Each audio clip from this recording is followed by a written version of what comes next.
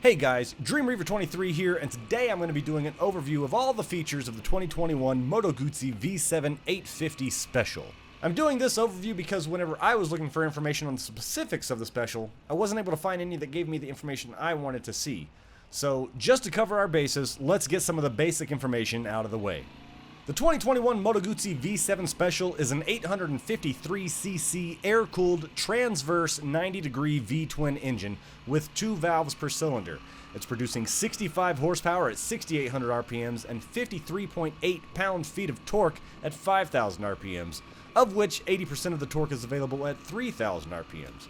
It uses a dry clutch system, has a 5.5 gallon fuel tank with 1 gallon of the fuel tank set aside for reserve fuel, and averages 47 miles per gallon. Up front we have an 18-inch spoked wheel with a Dunlop Aeromax Street Smart 190-18 tire, a single Brembo 4-piston caliper 320mm disc brake with 2-channel ABS, and on the rear we have a 17-inch spoked wheel with a Dunlop Aeromax Street Smart 150/70B17 tire with a 2-piston floating caliper 260mm disc brake with 2-channel ABS.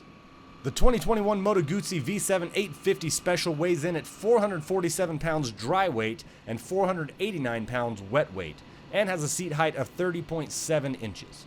The front suspension is a 40mm hydraulic telescopic fork with 5.1 inches of travel and is not adjustable, and the new this year longer stroke Kayaba dual rear coilover shocks mounted at a more forward lean have 4.7 inches of travel and are preload adjustable. All of that applied to a beefier tubular steel frame and headstock area to help reduce the flex makes this year's new 850cc V7 Special an amazing upgrade to the V7 series. But most of that is stuff you've probably already read or heard about if you've been doing any bit of information scouring for the 850. Some of you out there, like myself, have been going even further, trying to go through and find any bit of information you can scour the internet for, even going as far as using the built-in translate in YouTube closed captioning to watch French or Spanish videos of people out there going for a press release ride and not even really providing any information on what the bike feels like. Or maybe that was just me. The stuff I wanted to know about was the sound of the bike, info on how the power delivery feels whenever you ride, all of the functionality of the display menus on the analog gauges. So with that, here is the other stuff about the Guzzi that's not listed on the big website reviews. And if you have any questions for me about the bike, please leave a comment below, and with that, let's get started on this overview. First off, we'll talk about how the bike feels when you ride. I know that this doesn't translate through YouTube, so take this as my opinion. Overall, this bike has an incredibly smooth power delivery. Moto Guzzi motorcycles use a shaft drive instead of a chain and sprocket system. The feel of the acceleration is constant with no hiccups or surprises, which makes it very predictable and good for newer to intermediate riders. That being said, although this bike is by no means a speed machine, with the 53.8 pound-feet of torque, it can still get up and move. I'm still in my break-in period on the bike, so I'm not trying to do a whole lot more than stay ahead of traffic. However, I have pushed it a bit, and the bike is easily able to get up to highway speeds of 75 to 85 quickly and with little effort. While I have been doing good at staying within the confines of the break-in period, once or twice I have pushed the bike a bit to see what it can do, and I can confidently say that the bike is not afraid of 100 plus miles per hour. Once I've finished my break-in, I would like to try to make some videos of 0 to 60 and 0 to 100 mile per hour pulls, just to make sure that there is as much information out there as possible about this amazing bike. I know that the seat is the very first thing that all of my rider friends made a sour face at when they saw it through the Guzzi website. How can that be comfortable? Or, you're gonna hate that seat after 5 minutes. Which made it even more satisfying once they sat on it and were shocked at how comfortable the new seat is on the bike. The folks at Moto Guzzi have increased the comfort factor from the V7 3s, and it's quite impressive. My longest day of riding so far has been about 5 hours in the seat, and after 5 hours I had no pain on my backside at all, which is more than I can say for my previous bikes and for some of my friends' bigger and more comfortable cruiser seats. Also, another interesting surprise was how well the seat keeps you on the bike while you're traveling at top-end highway speeds. The contour is great, and at no point have I felt unsure about flying off the back of the bike due to the wind.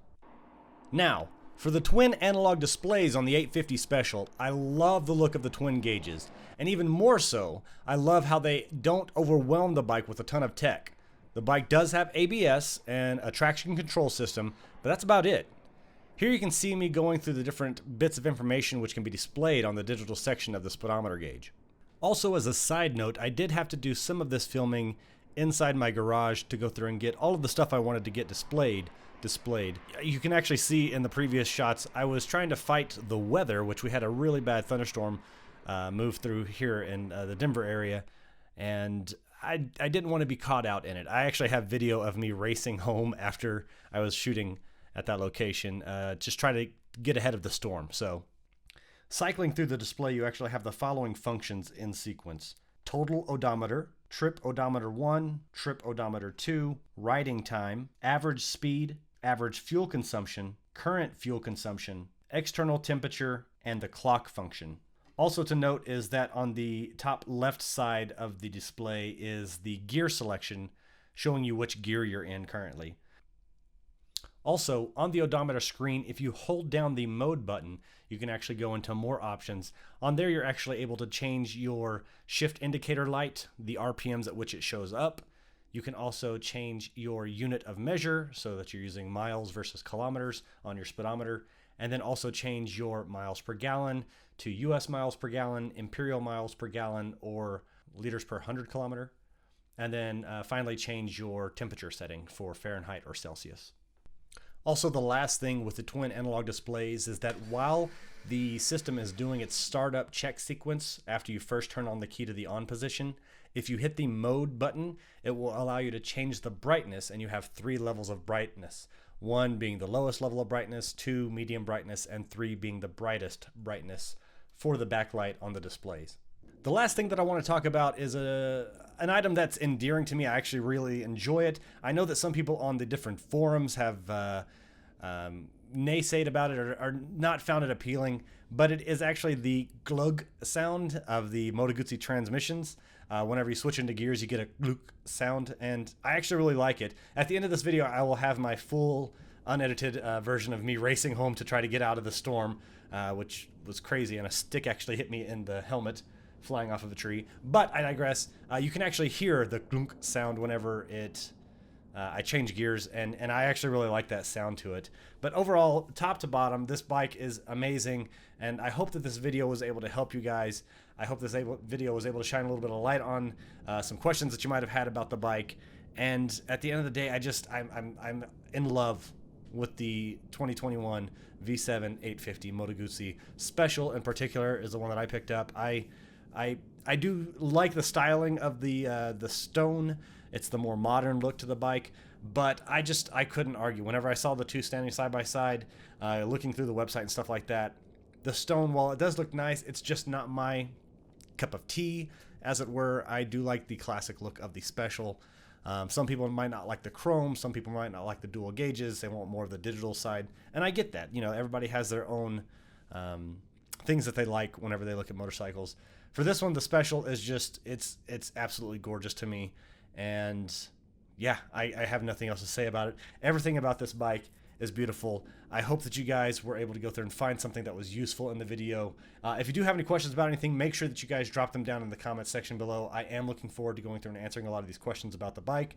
And if there's something that I didn't touch base on, or if you have a question about something specific on the bike, let me know. I can make a follow-up video, or I can just go through and answer you down in the comments below. I digress. I'm going kind of off the cuff at this point in time. I thank you guys so much for checking out this video. Following up, I will have the full unedited video of me racing home, and make sure you guys watch that if you're interested in it. But you can hear the bike. I do apologize for the wind noise. I had my wind blocker on there, but it was just a really, there was like 45 to 50 mile an hour wind gusts that were kicking up, and you can kind of see me riding sideways. But that's gonna wrap it up for this video, guys. Thank you so much for hanging out and joining me. I hope that you enjoyed the overview and the review of the bike, and if you have any questions about anything, just let me know. Until next time, this is Dream Reaver 23 reminding you to ride happy, and I will see you all later. Bye, guys.